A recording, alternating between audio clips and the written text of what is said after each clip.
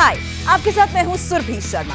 India TV YouTube channel subscribe करिए, bell icon दबाएं। और अफगानिस्तान से निकलकर अब बात देश की करते हैं, जहां ओबीसी वोटर्स पर पॉलिटिक्स जोरों पर है। हर पार्टी को ओबीसी वोट चाहिए। यूपी चुनाव से पहले मामला कुछ ज्यादा ही गर्मा गया है। सुप्रीम कोर्ट की रोक के बाद सरकार ने संविधान संशोधन बिल पेश किया। बिल के पक्ष में 385 वोट पड़े, विपक्ष में एक भी नहीं। बहस में हर दल ने सरकार को आड़े हाथों लिया। बिल आखिरकार पास हो गया। दोनों ही सदनों में बिल पास होने के बाद ओबीसी लिस्ट तैयार करने का अधिकार राज्य सरकारों को मिल जाएगा। जो सदस्य इसके पक्ष में है वो हाँ कहें, जो सदस्य इसके विरोध में वो ना कहें। मेरे विचार में निर्णय हाँ वालों के पक्ष में हुआ, हाँ वालों के पक्ष में हुआ। प्रस्ताव स्वीकृत हुआ और विधेयक पारित हुआ। लोकसभा में 127वां संविधान संशोधन बिल पास हो गया। प्रस्ताव स्वीकृत हुआ और विधेयक पारित हुआ। सरकार ने तो अपना काम कर दिया, विपक्ष भी इस मामले में सरकार के साथ है। दरअसल हर पार्टी को पिछड़ों का वोट चाहिए। हालांकि कांग्रेस संविधान संशोधन पर सवाल उठा रही थी। भाई अधीर रंजन चौधरी जी ने उन्होंने एक बात कही थी कि संविधान संशोधन करने की नौबत क्यों आई, और 102वें संशोधन में ओबीसी के चयन का राज्यों का अधिकार ले लिया। यूपी में चुनाव उन्होंने यह आरोप लगाया, और इन सारी बातों के साथ ही साथ उन्होंने बिल का समर्थन भी किया। लेकिन भारतीय जनता पार्टी की नीति भी ठोस और नियत भी साफ है, और इसी कारण से हम ये संविधान संशोधन बिल लेकर आए हैं। 102वां संविधान संशोधन जब संसद में पास किया गया था, और उस समय भी कांग्रेस ने इसका समर्थन किया था। मगर एआईएमआईएम के असदुद्दीन ओवैसी संविधान संशोधन पर सरकार से खफा है। पहले तो वो तंज करते हैं, फिर तेलंगाना के मुसलमानों का सवाल उठाते हैं। ऐतराज ये कि मुसलमान स्टेट की सूची में हैं, तो सेंट्रल लिस्ट में क्यों नहीं? सब कैटेगराइजेशन क्यों नहीं कर रहे आप? अगर आप ओबीसी के लिए हैं तो मखसूस कास्ट के लिए आप हैं, आप तमाम ओबीसी के लिए नहीं है। ये आप ही का रोहिणी कमीशन ने आया है, तो सब कैटेगराइजेशन आप करेंगे नहीं करेंगे? तीसरी बात यह है कि सर ये कैसा बात है कि अगर रियासत तेलंगाना में जो मुसलमानों की बैकवर्ड कास्ट है उनको रिजर्वेशन मिलता है, मगर सेंट्रल लिस्ट में उसका जिक्र नहीं होता। तो एक ऐसा कानूनी मैकेनिज्म बनाने की जरूरत है कि अगर किसी स्टेट और रियासत में वो ये तय करती है कि ये हमारे स्टेट की ओबीसी है, तो सेंट्रल लिस्ट में उसका रिफ्लेक्ट होना चाहिए। मिसाल के तौर पर बिहार में सुरजापुरी जात का जिक्र ही नहीं है सेंट्रल लिस्ट में, तो इसका हुकूमत करेगी नहीं करेगी? चौथी बात यह है कि आप क्यों डर रहे हैं? नरेंद्र मोदी की सरकार क्यों डर रही है? 50% को क्रॉस करिए ना। जब प्यार किया तो डरना क्या, तोड़ जाइए 50% को। क्यों 50% को डर रहे हैं आप? जो 50% है उनको 27%, जो 20% है उनको 50%। तो आपकी मोहब्बत ओबीसी से नहीं है, आपकी मोहब्बत उनके वोट से है।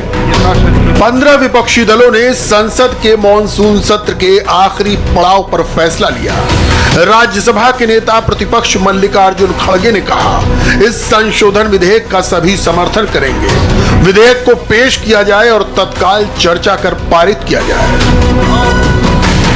मामला महाराष्ट्र का था। सुप्रीम कोर्ट ने मराठा आरक्षण पर रोक लगा दी। दरअसल 5 मई को मराठा आरक्षण के मामले में फैसला देते हुए सुप्रीम कोर्ट ने कहा था कि ओबीसी की लिस्ट तैयार करने का अधिकार केवल केंद्र के पास है। आरक्षण जैसे संवेदनशील मामले में केंद्र सरकार किसी तरह का कोई जोखिम नहीं लेना चाहती थी, इसलिए उसी वक्त केंद्र सरकार ने इस पर आपत्ति जताई। अब संविधान संशोधन लाकर केंद्र सरकार ने राज्यों को भी ओबीसी लिस्ट तैयार करने का अधिकार दे दिया है। महाराष्ट्र में मराठा आरक्षण एक बड़ा सवाल है, मगर उसकी तादाद इतनी बड़ी है कि मराठा शरद पवार, ब्राह्मण देवेंद्र फडणवीस और कायस्थ ठाकरे सब एक साथ खड़े हो जाते हैं। संघ परिवार भी खुलकर ओबीसी आरक्षण का समर्थन कर रहा है। I and my organization have been strong supporters of reservation for decades. In 1980, when there were anti-reservation movements on some campuses, Professor Rajkumar Bhatia is here, and many of us who come from the background of Vidyarthi Parishad, many are here in this hall.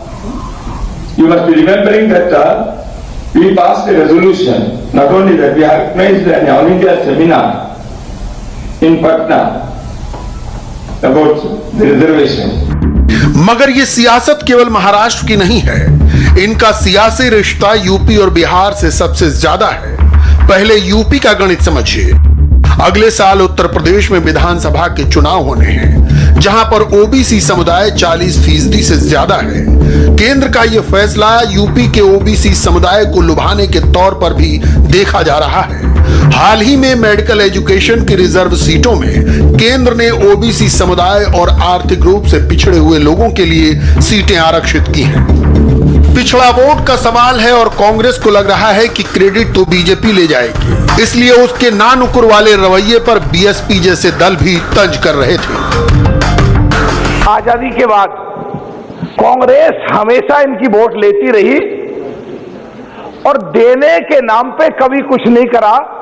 27% तो छोड़ो, 5% भी कुछ नहीं करा। जो अभी सुप्रिया जी कह रही थी, 54% पिछड़ों की संख्या है, और जब इनको देने की बात आती है, चाहे विधायक के टिकट की बात हो, चाहे एमपी के टिकट की बात हो, चाहे सरकारियों में नौकरी की बात हो, चाहे कहीं पे प्राइवेट नौकरियों की बात हो, सरकारी इंस्टीट्यूशंस में एडमिशन की बात हो, प्राइवेट इंस्टीट्यूशंस में एडमिशन की बात हो, 4-5% पे ही इनको जाके समेट दिया जाता था।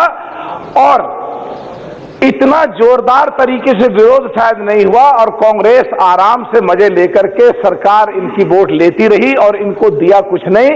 आज पता नहीं इनको क्या हो रहा है, अगर कुछ मिल रहा है आज पिछड़ों को, और आज भी इसका समर्थन तो कर रहे हैं पर कंडीशनल कर रहे हैं कि कर तो रहे हैं पर इसलिए कर रहे हैं कि तुम चुनाव की वजह से कर रहे हो। अरे अब तो 74 साल बाद अब तो थोड़े बहुत मजे ले लेने दो, तुमने बहुत मजे लिए यारो।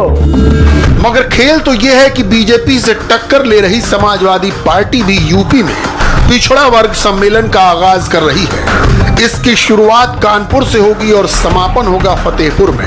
मगर अपने सम्मेलन को जायज ठहराने वाले अखिलेश यादव बीजेपी की नीयत पर सवाल उठा रहे हैं। अखिलेश ने महान दल से हाथ मिलाया है और अब बीजेपी को उसके पिछड़ा एजेंडे पर कोस रहे हैं। अगर देश को सबसे ज्यादा किसी ने गुमराह किया है तो वो भारतीय जनता पार्टी ने पिछड़ों को, दलितों को सबसे ज्यादा गुमराह करने का काम किया। सही बात। और सभापति महोदय, नीयत साफ हो तब हम उम्मीद करेंगे कि आरक्षण बचेगा। हम तो सरकार चलती देख रहे हैं उत्तर प्रदेश में। क्या सरकार वो भारतीय जनता पार्टी की नहीं है? क्या वो भारतीय जनता पार्टी के विचारधारा के लोग नहीं है? जहां तक आज कॉन्स्टिट्यूशनल अमेंडमेंट बिल की बात है, मैं दो बातें बिल्कुल साफ कहना चाहता हूं। हम सब स्वीकार कर रहे हैं, सदन के जितने भी सदस्य हैं, ये भी अच्छा है कि स्टेट्स को मौका मिल रहा है, वो अपने आप फैसला ले सकते हैं किन जातियों को ओबीसी में शामिल करना है। लेकिन क्या एक ही जगह पर जब तक आप 50% की कैप नहीं बढ़ाएंगे तो क्या ओबीसी को पूरा मिल जाएगा? आप एक ही कमरे में न जाने कितने लोगों को बैठाना चाहते हैं। मगर बीजेपी ने ओबीसी वोट पर सबसे बड़ा दांव चला है। बीजेपी का फोकस गैर यादव वोट बैंक, कुर्मी और लोधी समुदाय पर है। 2014 लोकसभा चुनाव में बीजेपी ने कुर्मी समुदाय के प्रभाव वाले अपना दल के साथ गठबंधन किया। अपना दल की अनुप्रिया पटेल को पार्टी शोकेस करने में कहीं पीछे नहीं रहना चाहती। विंध्याचल कॉरिडोर की नींव रखने में उन्हें पार्टी ने प्रमुखता से आगे रखा। ये पटेल समुदाय के प्रभाव वाला इलाका है। जब तक उसमें उनकी आबादी के अनुपात में उनका प्रतिनिधित्व कायम नहीं हो जाता, तब तक सामाजिक न्याय की संकल्पना पूर्ण रूप से साकार नहीं हो सकती है। और इसके लिए जरूरी है कि जो हमारी पिछड़ी दबी कुचली जातियां हैं, उनका पहचान का संकट भी दूर हो और उनकी गणना भी सामने आए। और ये काम राज्य सरकारों से बेहतर कौन कर सकता है? हमारे देश के कोने कोने में ऐसी तमाम जातियां हैं जो संघर्ष करती आई हैं, जो कई बार आंदोलनरत रहती हैं कि उन्हें पिछड़ी जाति का दर्जा दिया जाए। किंतु इस प्रकरण में सुप्रीम कोर्ट के निर्णय से हमारी राज्य सरकारों के हाथ बंधे हुए थे। भारत की सरकार ने संविधान संशोधन विधेयक को लाकर आज राज्य सरकारों को उस बंधन से मुक्त किया है और संघीय ढांचे को सुदृढ़ करने की दृष्टि से राज्य सरकारों को यह अधिकार दिया है कि अपने राज्य में निवास करने वाली ऐसी पिछड़ी जातियों की पहचान कर सकें। अब ध्यान दीजिए जात की जनगणना के सवाल पर। बिहार में इस इशू को लेकर सबसे ज्यादा राजनीतिक हलचल है।